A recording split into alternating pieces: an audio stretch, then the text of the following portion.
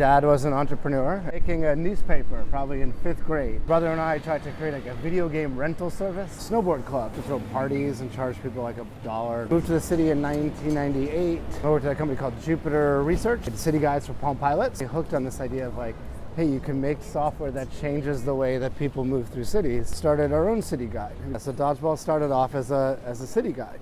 Someday I'm going to find this engineer. Never met that person. Learn how to code in 30 days book.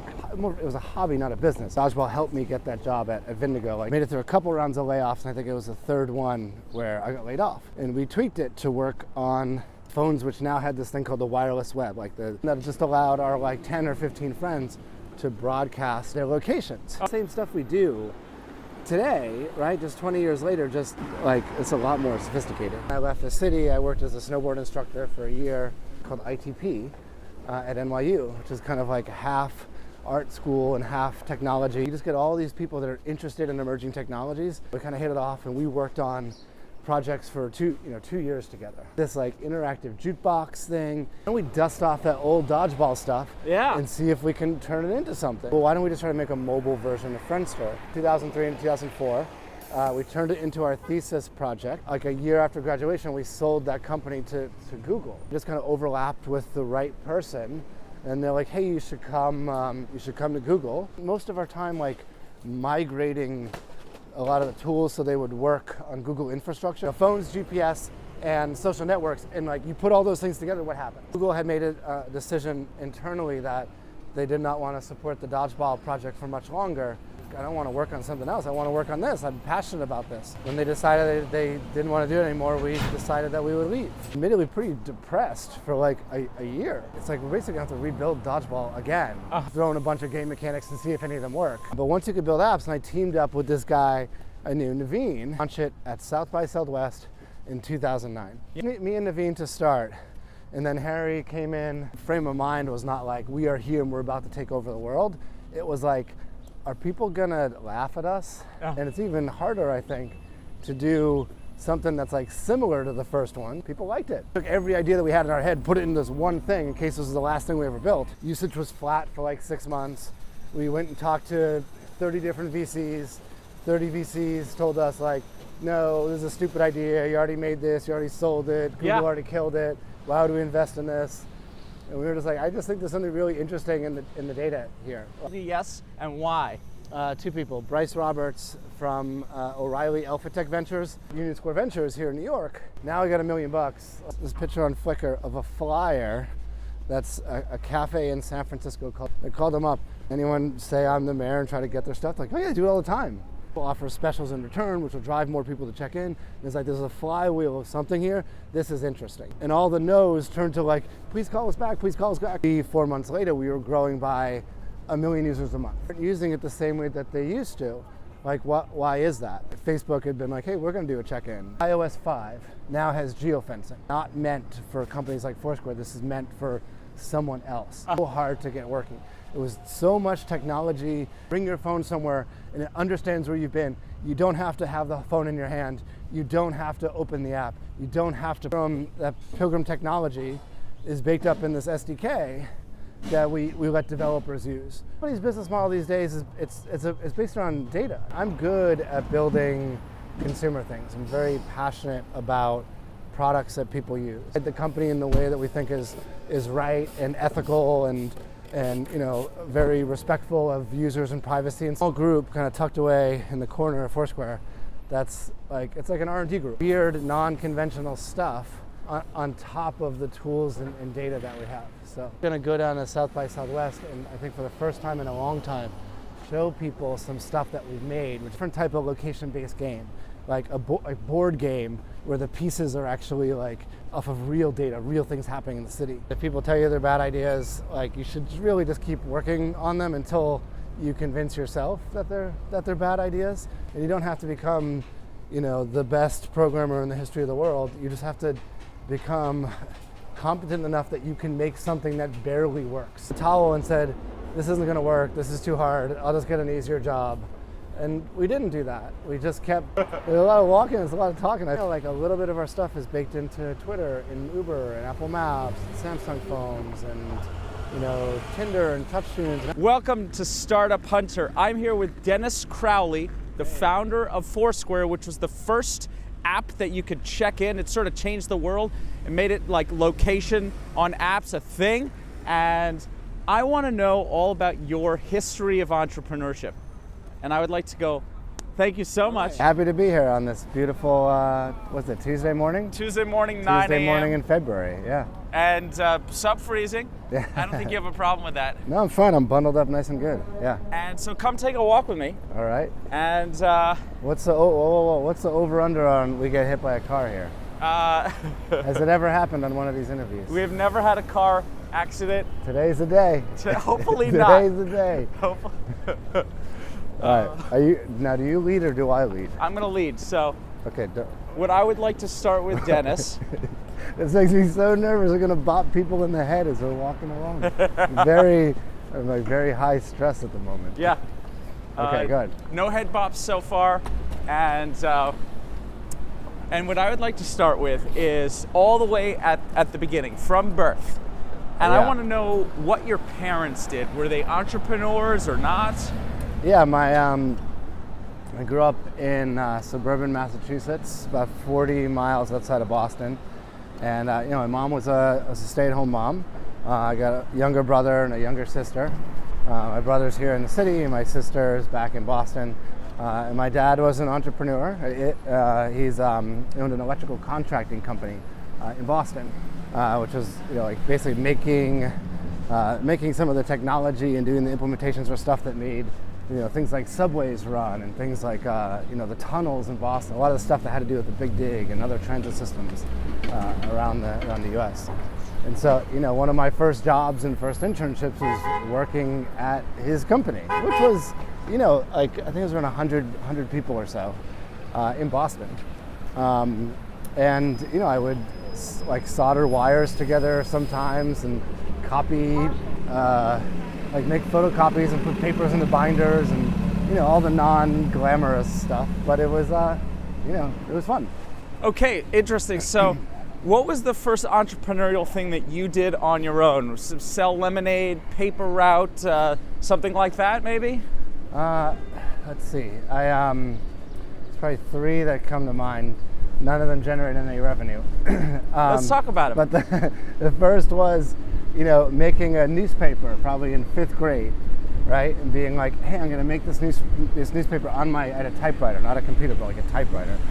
And we'll just go and write up like fake news and fake headlines and fake sports scores and stuff, and just distribute it in class. So that was kind of experiment in that. And then my brother and I tried to create like a video game rental service. Yeah. Because we had like 20 Nintendo games. So we're talking Super Mario Brothers, Contra. Yeah, exactly. NES style, right? It might have been some Genesis games in there too. And we would rent them out for like $1 a piece. Was this days before Blockbuster? We didn't have a Blockbuster in our town. There was a store that rented games, but we were going direct to the customers. No parents involved, no mall involved. Let's take a right here. Yeah, I'll let you drive. And so we did that, and then let's see, what else was there? We were going to open a baseball card store, which was in it wasn't really a store, it was an old pool shed that my grandmother shut down her pool, and somehow the pool shed, where they keep all the pool toys and stuff, it ended up at our house. And I was like, if we just move this to the end of the driveway, we could sell baseball cards out of the end of the driveway. But that never happened. We never did that. Are you the older brother? I am, yeah. My brother is 4 years younger, and then my sister is 4 years younger than him. So you're like a position of leadership that's sort of always been built in for you. But yeah, not by choice, by biology. By default. Yes, exactly. You're probably the babysitter at times. Yeah, my brother and I used to fight like cats and dogs when we were younger, and then with my sister, it was a more interesting dynamic. But now everyone gets along real well. All right, so baseball cards. I assume elementary school, maybe middle school. Yeah, it's like middle school. Yeah, the new little newspaper was. I remember 5th grade specifically because of the typewriter. And then Oh, not even a word processor or a computer. no, just like it was an electric typewriter though, which Yeah. actually I don't even know what the difference. Maybe like it automatically did a carriage return. Yeah. But like I would make, I type the little thing out and then give it to my dad, who would photocopy it because he had a photocopier at work. Yeah. And then hand them out to people. Oops, sorry. So Extreme multitasking here. oh yeah, there's about seven-dimensional stabilization going on here, avoiding people. It's busy. There's a movie shoot happening. I like these. This is like a made in New York one. Oh yeah, They put that little Lucy, stamp of approval on it. Lucy and Desi. Yeah. Is this a show? I apparently it is. Yeah.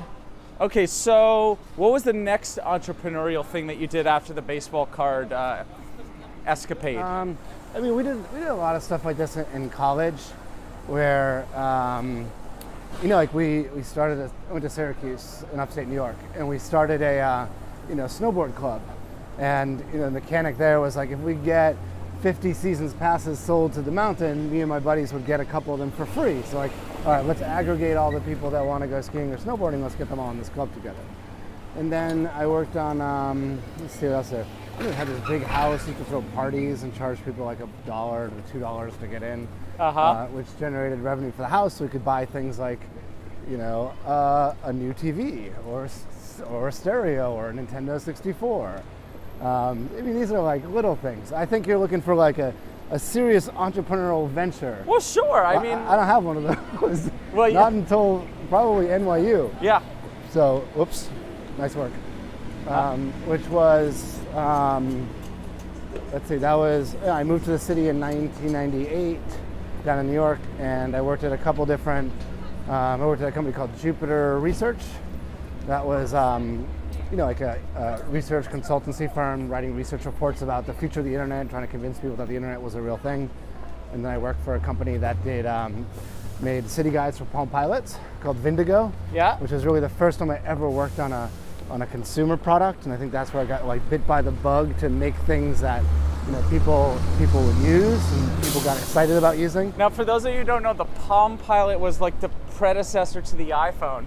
It barely had internet, or it was like a smartphone that didn't work. Like it didn't have internet. It had apps, but there was no color screen, no network, no Wi-Fi. There was no such thing as Wi-Fi at the time. It looked really cool. It was like what do they call them? PDAs, right? Personal digital assistant. Yes. And the idea being, right now I have like a notebook in my pocket of all the things I got to do and all the notes I have, and it's like a digital version of that. We're dating ourselves. Oh, totally. But the oldies are goodies. Yeah, exactly. It was all good stuff.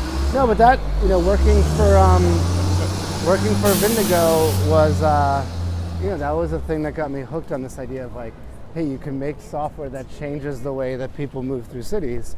And you can make, if you make the software and people like it, you'll see them using it on the streets.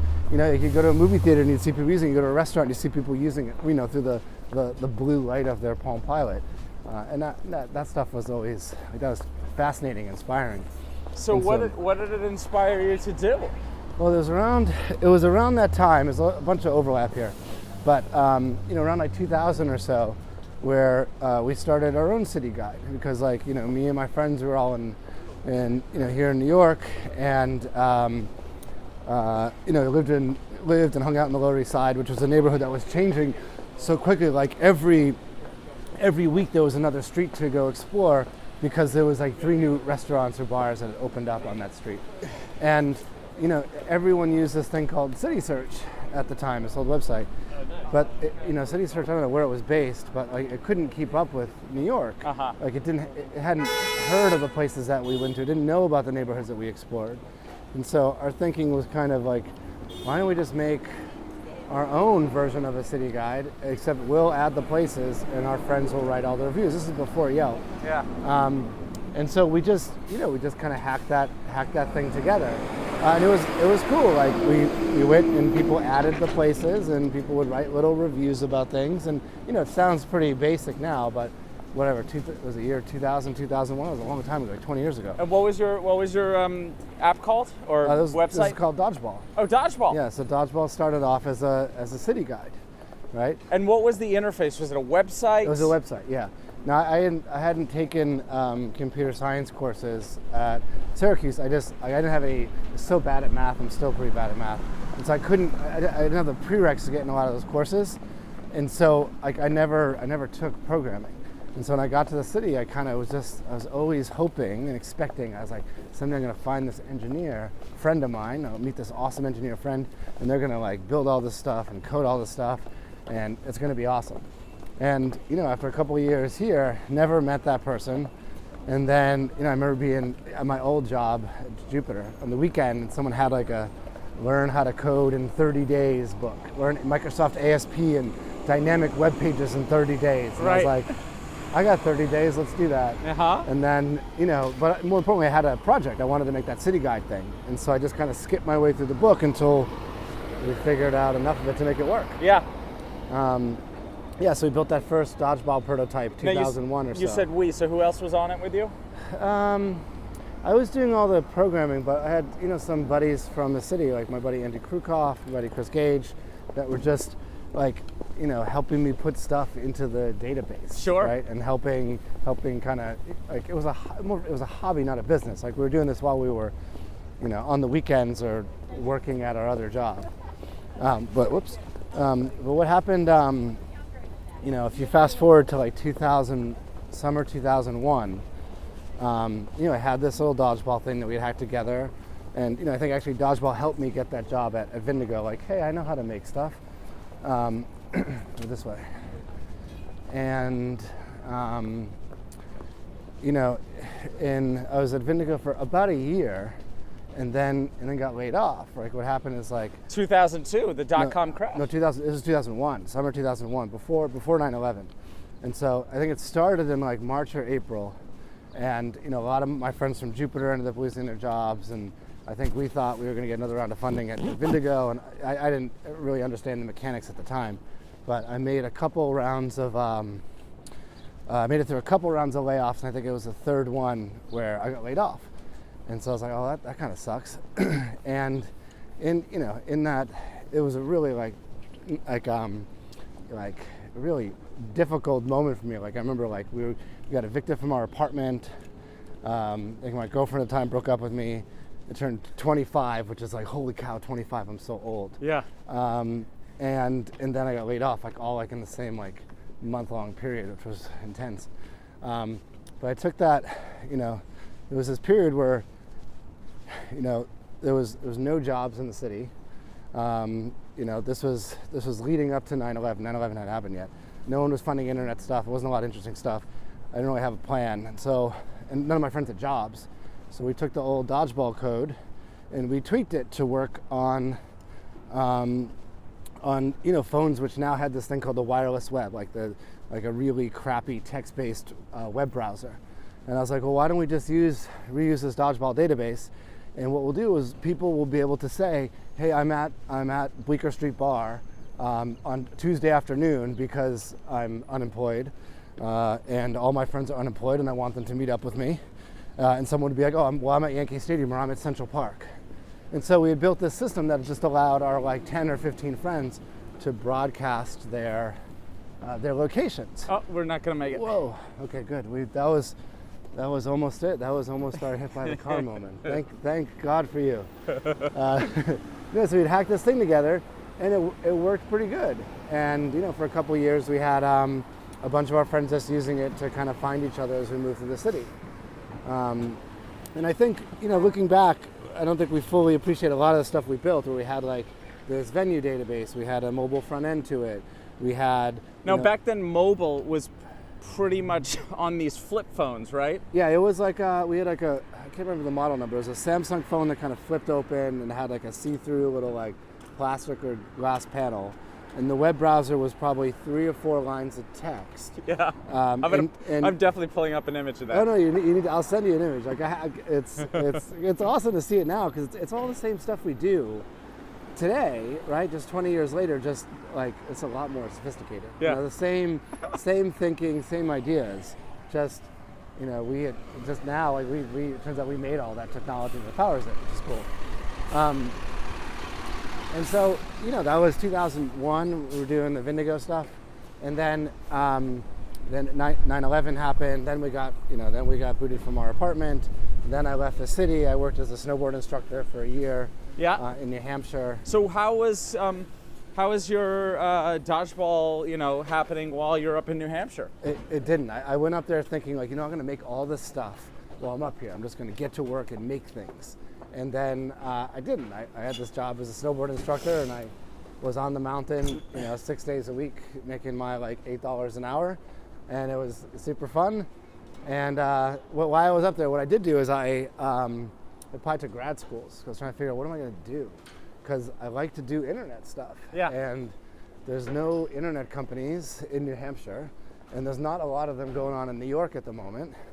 So let me see if let me try this other stuff out. So I landed at this program called ITP at NYU, which is kind of like half art school and half technology research lab. It's the coolest thing ever. Trust me, I've seen it. It's amazing. And we walked by it. I should have given a shout out to it, but we walked by it on our walk here. And you know, it's just like this, like one of the professors, Clay Shirky, refers to it as like the Center for the Recently Possible, which means like you just get all these people that are interested in emerging technologies and interested in trying to figure out what they're supposed to do with them, and interested in like what are the things we can make with this stuff. And a lot of the people that are passionate about like the intersection of those things end up at this program at NYU called ITP. And so, you know, I'd gone on a tour of this program before I had left the city, and I remember being like, okay, this is pretty cool. I need to think about how do I get here? How do I do this? And then when I was at ITP, I remember like my first day there, I met this guy named Alex Reinhardt. And Alex was, you know, like me in the sense that he had worked at an internet company and got laid off and was trying to figure out what to do next, and was, you know, not interested in a lot of the jobs that were out there at the moment. And so he's like, hey, I'm going to go back to grad school. And so we met basically, I think, on our first day at ITP. And Alex and I, you know, we kind of hit it off, and we worked on projects for 2 years together. And, you know, we made all sorts of just like random stuff. But in between our first year and second year at ITP, you know, we were actually, you know, we had made this like interactive jukebox thing, and ITP sent us out to Microsoft to go present it.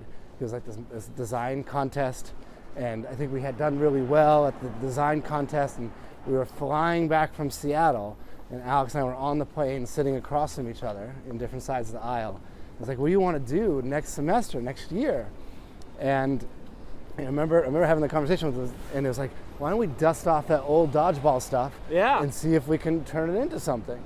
And you know, this was right after Friendster started happening. And so, you know, things like a social, like Friendster had done all the heavy lifting of explaining what a social network is. You know, like, hey, everyone has a profile, and every profile has a picture, and you have friends, and you send them a request and approve a request. Like, that's a mouthful to explain to people. Yeah. And Friendster had done that for us. So it's like, well, why don't we just try to make a mobile version of Friendster? And that's what we spent our second year at ITP doing. So what is this, 2003? 2000, yeah, we graduated 2004. So this is 2003 and 2004. We turned it into our thesis project. This is like really long story short. Our thesis project, you know, ended up kind of turning into this like company that we started right after we graduated, and like a year after graduation, we sold that company to Google, and we sold Dodgeball. I sold Dodgeball to Google. Now, how did that happen? Like, did they just email you, or? Yeah, I went on LinkedIn and I said, I'm trying to sell this thing to Google. No, it was LinkedIn didn't exist back then. Yeah. You know, it was we, you know, I mentioned that we had gone to, we went to Microsoft to present this you know, jukebox that we had worked on with a bunch of our other classmates, And ITP was known for sending students to go do this type of stuff, like go to this conference, the Emerging Technology Conference in San Diego, and speak. Go to the Social Computing Conference in Berkeley, California, and go represent ITP. And so I jumped at every occasion to do that. Like, I'll get up and talk about our thesis project. And we did that enough times that, I remember one time I just kind of overlapped with the right person, and they're like, hey, you should come to Google and present this stuff here. It was a friend of mine that was there. And so that's what we did. We went to Google, and we showed a couple people what we were working on, and then remember those people, we were in this conference room, and then those people went out and got 2 more people, and those people left and got 2 more people. And we probably told the story like 5 times that day to a room. It started as like 2 people and ended up with like 30 people. And then that conversation turned into like, we don't really invest in companies, but we'll buy companies. Like, do you guys want to come work here? And we were, 2 kids out of NYU that were, checking our ATM balance every day and eating at the Pizza Mercado place in the corner there. And I was like, this sounds amazing. And also it's a great opportunity for us to take all these ideas we have and get to go put them to work, do something with them. So here's a question. Was it the dodgeball that they wanted, or the jukebox? No. It had nothing to do with the jukebox. It was all the dodgeball stuff. And were you presenting the dodgeball on your ITP tours? I mean, like when we did at the ITP show? Or these tours out at the campuses at Microsoft? Well, the way ITP works is you have you take a couple courses every semester, and every course usually requires you to make it's like a landmine field here with all this dog poop. Yep. And every course requires you to make a project, and you figure out really quickly that the way to be really efficient as a student is to have one project that you work on for multiple classes, which allows you to spend all semester working on like 1 thing or 2 things as opposed to 4 things. And so really every semester we had our own project that we worked on. And Dodgeball, like the jukebox one, was spring, 2nd semester of our first year. Okay. And Dodgeball was really both semesters of our okay, so that's what I didn't get. So you were working at Dodgeball at ITP. At ITP. With your buddy, Alex? Alex, yeah. trainer, yeah. And so the 2 of us went to Google together. We stayed at Google for like 2 years. Now, did you fly to Mountain View? No, we'd go out like admittedly, we probably didn't go out as much as we should have. We probably went out like every other month, every 3 months or so. So you're based here. Is anybody watching, or you're just sort of on your own? Yeah, well, we were in the New York office, which started in Times Square before they had the huge Googleplex. And I think we moved into the big Googleplex in our second, after we were there for a year. And I don't know if you've ever been over there, but yeah. we were one of the first group of people to move in. They had a whole floor, which is the footprint of a city block. And I remember, they moved the whole old New York office over to probably fill up about 1/3 of 1 floor. Yeah. Meaning if you walked around this office, which is the size of a city block, 2/3 of it are empty. And I remember Alex and I walking around being like, they are never gonna fill this place. Uh-huh. And of course, they filled it, and then they filled 10 other floors. And then they filled 10 other floors across the street, and now they're building like 3 other buildings. Yeah. So that's crazy. It's just crazy how much that's grown and how much that has done for like New York tech in general. But anyway, we were there. We were at Google for about 2 years, and for a whole bunch of different reasons, we didn't get a lot done with Dodgeball. We built some stuff. We spent most of our time like migrating a lot of the tools so they would work on Google infrastructure. And making it so it didn't crash all the time. Now, did they give you like a staff of people to help you?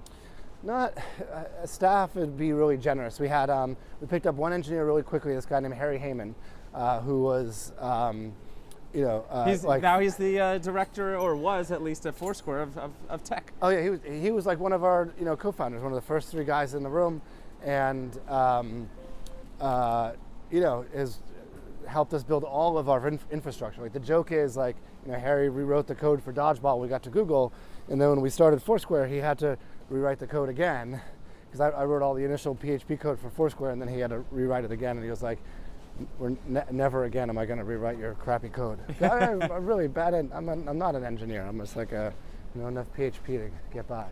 Yeah, well, you got by. I got by, yeah. And sometimes that's all you need. You just need you need a prototype that you can show to people to get them excited and to get them kind of bought into the idea and to enable them to, imagine what this thing could be, like if it worked and if 10 times as many people were using it. So while Dodgeball was at Google, while you guys were at Google, like, did the product ever get public facing or like?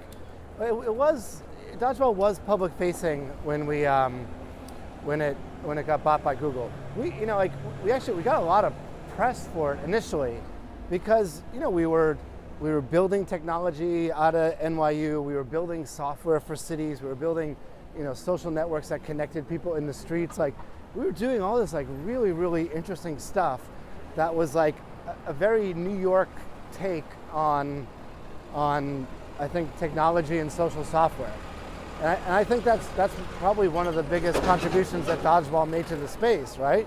Like, things that you make on things that you make on computers, like, they don't have to be used just at your desk, at your laptop. Like, I remember our whole frustration with Friendster was like, you'd spend all day kind of messing around on Friendster. You'd close the lid on your laptop and it was like it never existed. It's like, you should take that network out in the streets. Like, it should help you meet up with people as you're walking around. Yeah.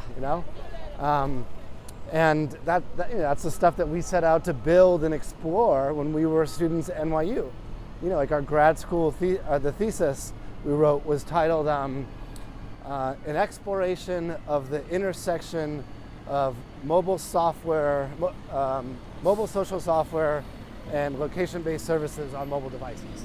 It's like, take those three concentric circles, match them up, phones, GPS, the phone's just getting GPS at the moment, phones, GPS, and social networks, and like, you put all those things together, what happens? And I think we were some of the first that were playing with that stuff, at least here in the US, So did your time at Google come to an end? Yeah, we stayed like 2 years, and then we just, Google had made a decision internally that they did not want to support the Dodgeball project for much longer. And I was like, well, that's what we're here to do. Like, I don't want to work on something else. I want to work on this. I'm passionate about this.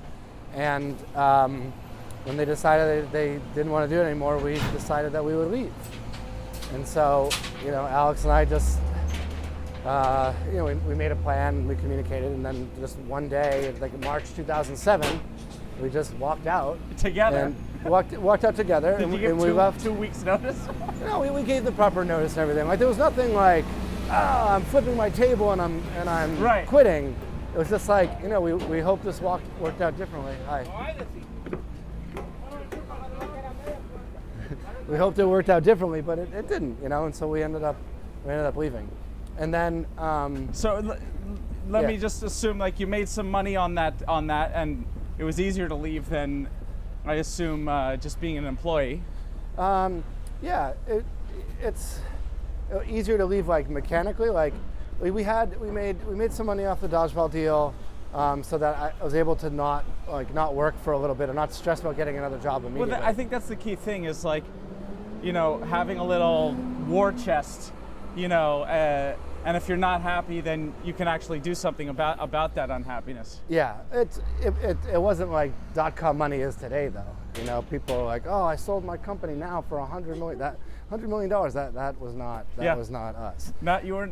That was not $10 million. That was not anything like that. So no pets.com money. Yeah, no pets.com money. But the thing that was the trickiest is, like, and it's kind of a weird point, but I only had one email address my whole life, my whole time in the city, Dens at Dodgeball. And then I left that email address behind, I had worked for years since I was a snowboard instructor, on this good old code base and building all this stuff. And we left all that behind. We left the database behind, the code base, all this stuff. And it was like, I felt like I lost a little bit of my own personal identity. Yeah. Just leaving it there. I left, and I was, admittedly pretty depressed for like a year, trying to figure out, like, what am I going to do next? What am I supposed to work on? I didn't think there was a lot of other interesting tech jobs going on at the time. And you know, I immediately went to go work on a buddy's startup called Area Code. My buddies Frank and Kevin, and they were, you know, working on building games that overlapped with the real world, which I thought was super interesting. And I worked with them for like a year, 10 months or so, before I was just like, I gotta go do something else. I don't know what it is. And so I went and traveled a little bit. I took a trip with one of my roommates from college and one of my buddies from high school. And then, you know, I was on this trip, I was in Scandinavia, and I was going through my buddy's bookshelf. And on the bookshelf, he had this book like, you know, live in New York like a local or something. And so I'm flipping through the book and looking through all this stuff in like Alphabet City, East Village. And I'm like, these are pretty crappy recommendations. Like, what if we just made a guide that was personalized for every single person, no matter where they went, right? So like if I was here in Stockholm, I would get recommendations that my friends had left, you know, based upon the things I had done. I was like, how would you build that? I'm like, you'd need to build another thing that knew about all the places in the world, and you'd need to build, you know, a place to know where people had been. And it's like we're basically gonna have to rebuild Dodgeball again. And you just feel like a dummy doing the same project again. But that's what we did. We decided like, okay, let's do that. Let's do a little bit more of a city guide tilt on it. And then I was really excited about a lot of this like games that overlap with the real world stuff from some of this work I'd done with Area Code and my buddies Kevin and Frank. And so it's like, well, let's make it a game too that rewards people for, you know, going out and doing things and exploring, right? So let's take these three things: personalized city guide, awareness of where all your friends are, you know, ability to travel off of it, and then all these like, it was throwing a bunch of game mechanics and see if any of them work. And then that was Foursquare.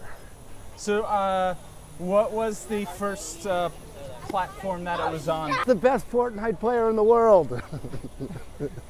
Are you a Fortnite guy? No. Well, I played a couple times. I had never won anything.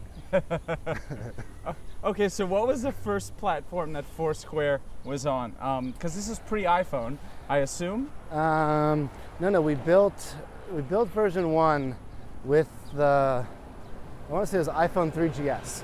So really? So we're already 2007.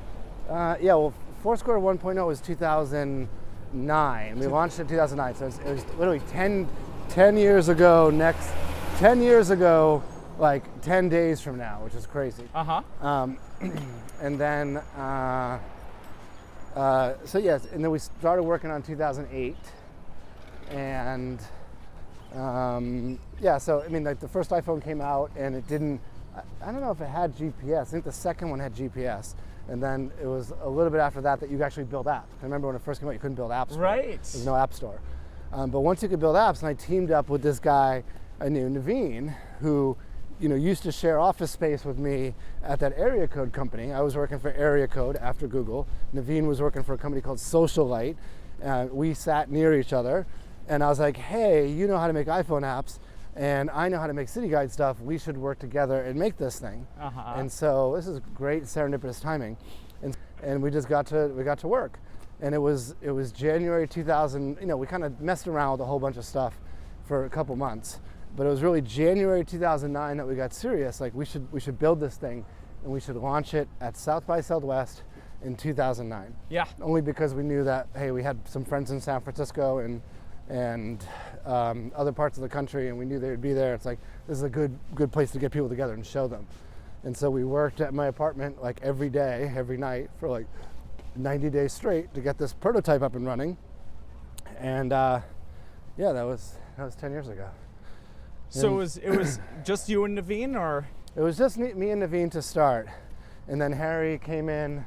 You know, Harry was kind of helping on the side, you know, as we would screw up stuff with the database or running into scaling issues. Like when Naveen and I were in Austin, that 10 years ago, like Harry was there kind of keeping track of the database, making sure that things didn't melt and stuff.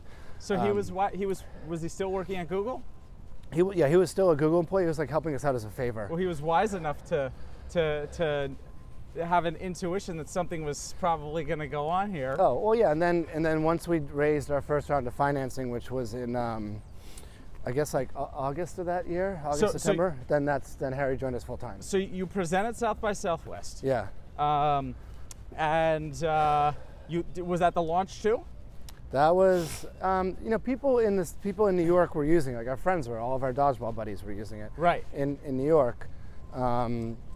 Before then, just up until the launch. And then it wasn't until like the day before South by Southwest that we opened it up and said, okay, now it works in 5 cities, and Austin is one of those cities. So go get it and let us know what you think. And that was like there was a lot of stuff that we were building, right? And I was just thinking about this yesterday. Like when we went down and we showed this to Austin, like our frame of mind was not like we are here and we're about to take over the world. It was like, are people gonna laugh at us, right? We're making the same thing again as Dodgeball, except now you get virtual badges for checking in late, after midnight. And I was like, maybe people are gonna think this is stupid, and maybe they're gonna laugh at us. Like that's what we thought. Like it's a really hard thing to do another startup after your first one, and it's even harder, I think, to do something that's like similar to the first one, and like that's what we were trying to do, and we were pretty self-conscious about it. Yeah. But we got down there and people liked it. There was a lot of stuff in there. It was the game mechanics and the check-ins and the tips and where are people. Like we basically took every idea that we had in our head, put it in this one thing in case this was the last thing we ever built. And some combination of all those things working together made it really interesting. So iPhone adoption, I remember in San Francisco, I was in there at that time. It was really huge, in San Francisco and probably other cities too. Like early adopters, were super enthusiastic. So, like how did the publicity, how did it feel like? How did you know it was spreading? Was there virality happening? Yeah, remember it's 2009, and so there's blogs that are covering the internet, but there's not 50 apps a day, and there's not 50 different websites. It's just, it's like TechCrunch would write an article, and they wouldn't write another article until the next day, because there wasn't anything to write about. And so, there was no other, there was maybe a couple other apps that came out, but there wasn't 10 things every day to talk about. So, we just kept building and iterating, and we were able, I think, to just make stuff that people wanted to talk about for a longer period of time. And, that's a little bit of us. It's also a little bit of like, hey, we were just doing it at a totally different time. Like you didn't have 1,000 apps on your phone. You had like 5 apps on your phone, And so like, I don't even think there was a second screen for your apps, at that point. So, it's just a different time. But, everyone remembers, this is interesting, everyone remembers the story as like, well, you guys, you built this thing, and you launched it South by Southwest, and then, millions of people downloaded it, and then it was just like this hockey stick growth, and, just off to the races, which isn't reality at all. Like, we had this prototype, it barely worked. We went down to South by Southwest. Harry was like working to keep the lights on. Probably 4,000 people signed up. We got back to, everyone left Austin, went back home. Some people showed it to their friends. A lot of people forgot about it. Usage was flat for like 6 months. We went and talked to 30 different VCs. 30 VCs told us like, no, this is a stupid idea. You already made this, you already sold it. Google already killed it. Why would we invest in this? And we were just like, I just think there's something really interesting in the data here. Like if you have this data on like where people are going, you can do cool stuff with it. And now the we just have to figure out how to do it. Yeah. Now the data industry is like a multi-billion-dollar. Everyone's talking about data science and data this and data that. Yeah. And so. Well, that's how Foursquare survives these days. Like we understand where all the places in the world are. We understand where lots of phones are. We understand as these phones move in and out of these places. And we do cool stuff with the data. It's the same story as 2009, just the technology is So better. let's get back to 2009. You got 30 VCs tell you no. Who told you yes and why? 2 people. Bryce Roberts from O'Reilly Alpha Tech Ventures, now with Indie VC, was the first person that was like, I'll put money in this thing because you guys are super passionate about it and I like you guys and you're good at this. Go find someone else to help with. And then, was like, okay, that's a good first step. And then, Naveen and I were able to, meet people at Union Square Ventures here in New York. Fred? Fred and Albert and Brad. The firm was a little smaller at the time, and they were like, okay, we're in too. And that was in August. That's like 6 months after South by Southwest, and that's after like 33 no's. And finally, it's okay. Here's 2 people that'll each give us $500,000. Now we got $1 million. Like, let's go get started. And what was the business model that you were pitching them on? How did you say, here's how we're going to get you a return to your VCs? It was one of these, like, we're not really sure yet, but here's different ways that it can go. I remember we were telling a story early on about, we were telling a story early on about like trying to monetize the badges, I think, right? I don't remember. I can tell you the turning point was that, the turning point was, because remember we had this we had badges and a leaderboard, and we had the mayor thing, right? If you go to the someplace, I could be the mayor of this spot. Yeah, a coffee shop, whatever. And then there was a moment, and I want to say it was like July, where someone posted this picture on Flickr. Remember Flickr, R.I.P. Of, you want to go through slide time? You want to go this way? Okay. Someone posted this picture on Flickr of a flyer that's a cafe in San Francisco called the Marsh Cafe that they basically just like hung on a tree. And the flyer said, had the Foursquare logo on it, and it said, hey, check in on Foursquare, and Mayor gets a free ticket to the show tonight. And someone sent it to me. I was like, man, that's really, really interesting. And so I called the cafe up from our office here in New York. We were borrowing a desk from a friend. I called them up, and I was like, hey, this is Dennis from Foursquare. Someone sent me this, and they're like, oh my God, I'm so sorry. I'll take the flyer down. I'm like, no, don't take it down. Like, does anyone actually do it? Does anyone actually like show you their phone? Like, does anyone say I'm the mayor and try to get their stuff? Like, oh yeah, I do it all the time. And I'm like, that's cool. Like, if we made you some special tools that enabled you to promote that in different ways, like, would you do it more? And they're like, yeah, okay. And so I was like, that's a good idea. And around that time, this guy, Charlie O'Donnell, who was working at, he's a VC here in New York, and he was, and he was working at Union Square Ventures, wrote this blog post, and it was like, I've seen the future of Yelp, and it's called Foursquare. And he had kind of outlined, like, these guys had made this thing where, these guys being Foursquare, you check into places, you brag about it to your friends, it's awareness, it's like social validation. It drives, the merchants are paying attention to it, the merchants want more of these check-ins, the merchants will offer specials in return, which will drive more people to check in. It's like there's a flywheel of something here, this is interesting. And that was the thing. It was after that blog post hit, and I think after Fred Wilson was like, oh yeah, that's a good blog post, I agree with these guys are doing cool stuff, that like everyone was like, okay, well we want something to do with Foursquare. That's where everything turned. And all the no's turned to like, please call us back, please call us back, please call us back. But at that point it's like, listen, Union Square Ventures is the first people that saw this in a way that we needed to see it too. And so that was the deal that we ended up doing. So let's talk about the growth of the company. Yeah. And where do you want to start? Like, how did it get to scale? So you said it was the turning point. Was everything pretty rosy from there on out? No, nothing has been rosy since the beginning of the thing. And anyone that tells you it's rosy is really full of shit. But there was, I remember around our first board meeting, like September, first board meeting ever, Fred Wilson being like, so when are you going to have a million users? And I remember us like laughing out loud, being like, 1 million users, what are you, crazy? Like, I don't even know what that looks like. And sure enough, like 3-4 months later, we were growing by 1 million users a month, right? Which is just like, it's even now thinking back to it, it was just crazy, kind of unheard of. And like Foursquare grew and grew and grew, and I think the user base got to about 50 million accounts, 60 million accounts before we just stopped like counting, right? And because it didn't matter at that point. What mattered is how many people were using the product. and what were they using the product for. And so I'm going to skip around and skip forward pretty quickly. Sure.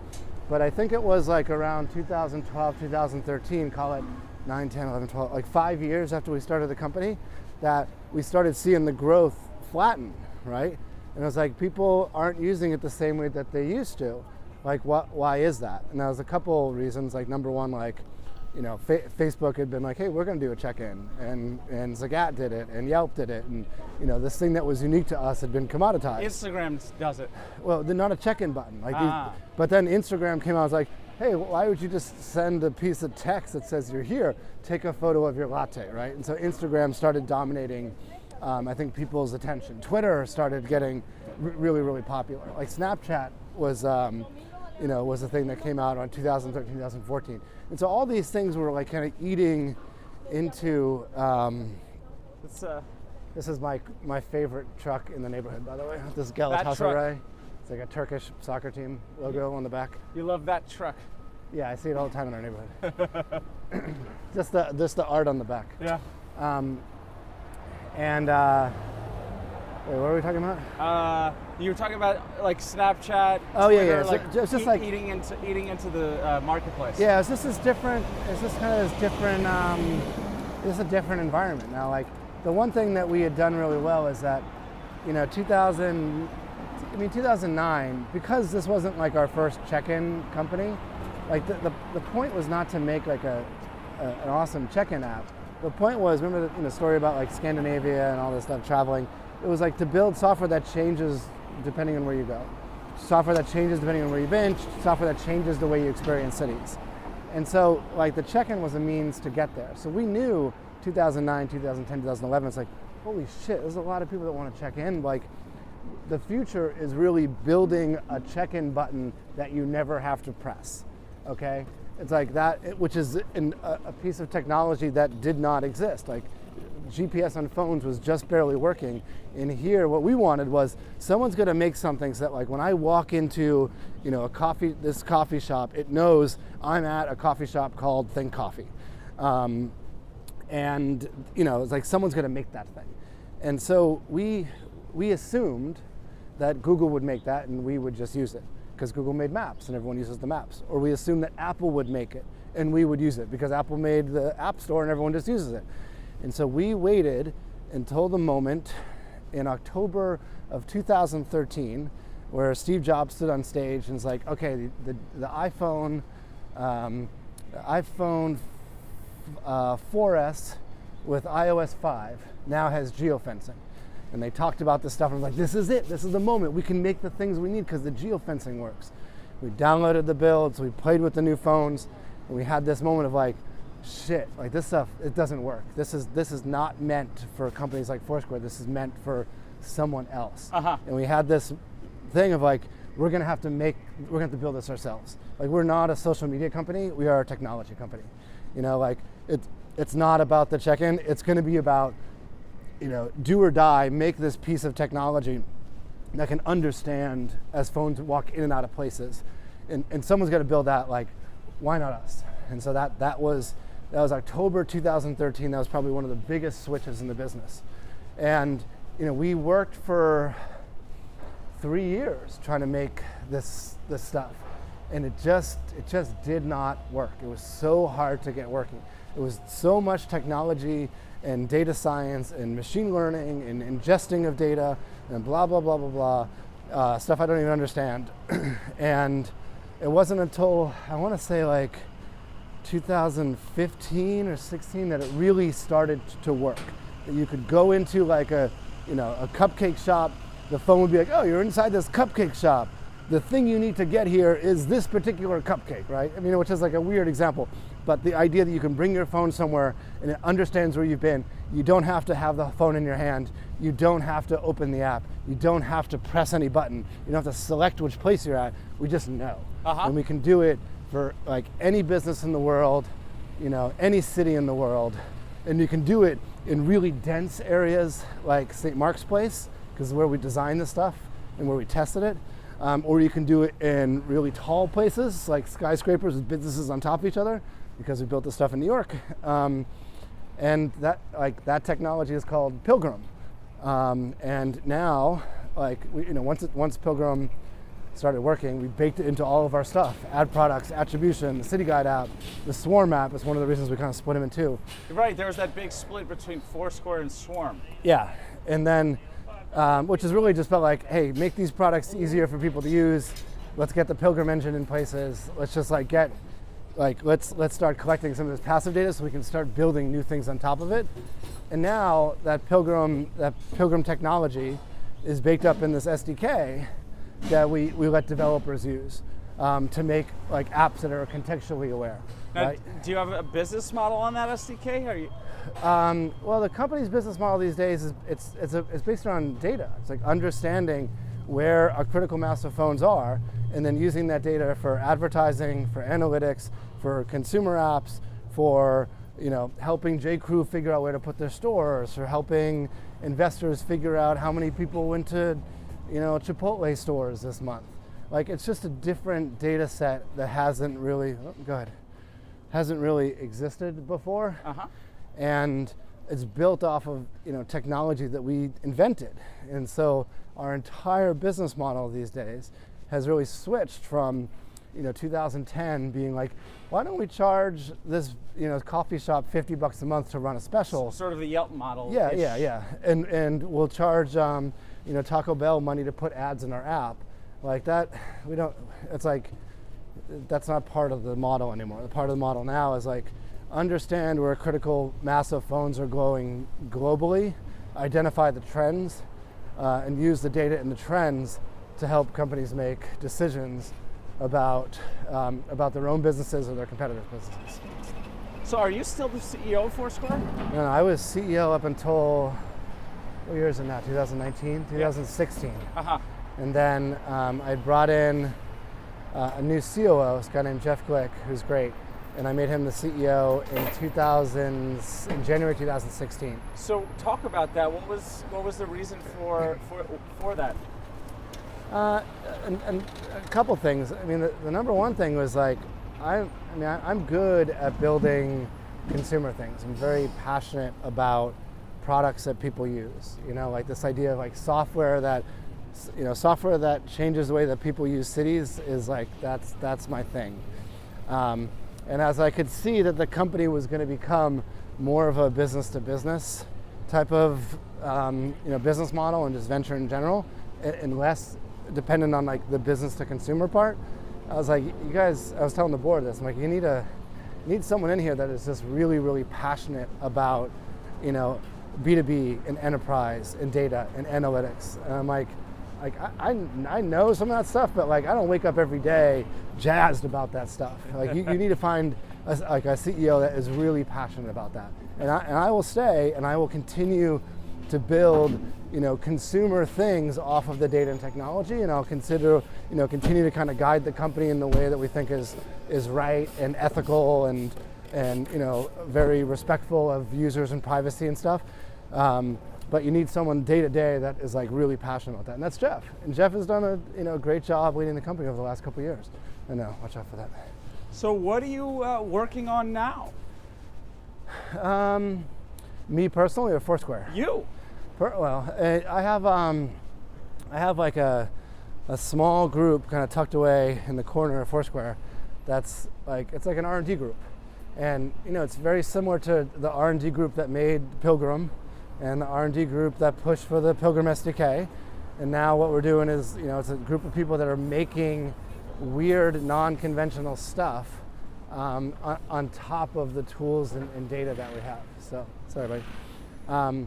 And so, we haven't launched this stuff, so I'm like hesitant to talk about it yet. Sure. We are going to go down to South by Southwest, and I think for the first time in a long time, show people some stuff that we've made, which is very cool. Well, it's a few weeks away. Yeah, and then we were recently, we were making, we were working on like a prototype of a different type of location-based game, like a board game where the pieces are actually like, based off of real data, real things happening in the city. And so we went down to NYU, and NYU has this awesome academic program for game developers and game designers. In Brooklyn. Yeah, in Brooklyn, I've the seen Game it. Center. It's Yeah. amazing. So we went down there. They do a thing every Thursday called Playtest Thursday, and so we went down there and we showed off, like, hey, this is what we're thinking about. And our demo was so lousy compared to what all the other students did. We came back, we're like, okay, we're gonna make another demo, go back and show it off. But like, anyway, the lab that we work on, the little R&D group, just it makes interesting things that are designed to, you know, showcase what we can do with the technology and showcase like where we think the space is going. Interesting. So let's think bigger picture now. In our last few minutes, what are some of the biggest challenges you felt you've tackled over the last 15 years? 15 years. You know, I talk to entrepreneurs a lot, especially like people that are just getting started. And the piece of advice I always try to give them is like, you can't let people tell you that like the ideas that you have are bad ideas. And if people tell you they're bad ideas, like you should really just keep working on them until you convince yourself that they're bad ideas. You know, if you like, you know, and it's just important, right? Like it's quite possible that like people that build these really interesting things, they just see the world in a slightly different way. And if you let someone that sees the world in another way tell you that the way that you see it is wrong, you just won't get a lot of this stuff built. And so like, you know, we waited a long time to build some of this stuff. In part because like we didn't feel confident that we were the people that were supposed to do it. And in part because we didn't have the skills, right? So another part of it is just find any way to get this stuff built. Like, you know, and it can't be like, oh, I'm not gonna do it until I found a technical co-founder. Like that's what everyone says, oh, I just need a technical co-founder. It's like, go pick up a book and figure out how to do it. There's 1,000 resources on the internet that will teach you how to get started. And you don't have to become, you know, the best programmer in the history of the world. You just have to become competent enough that you can make something that barely works.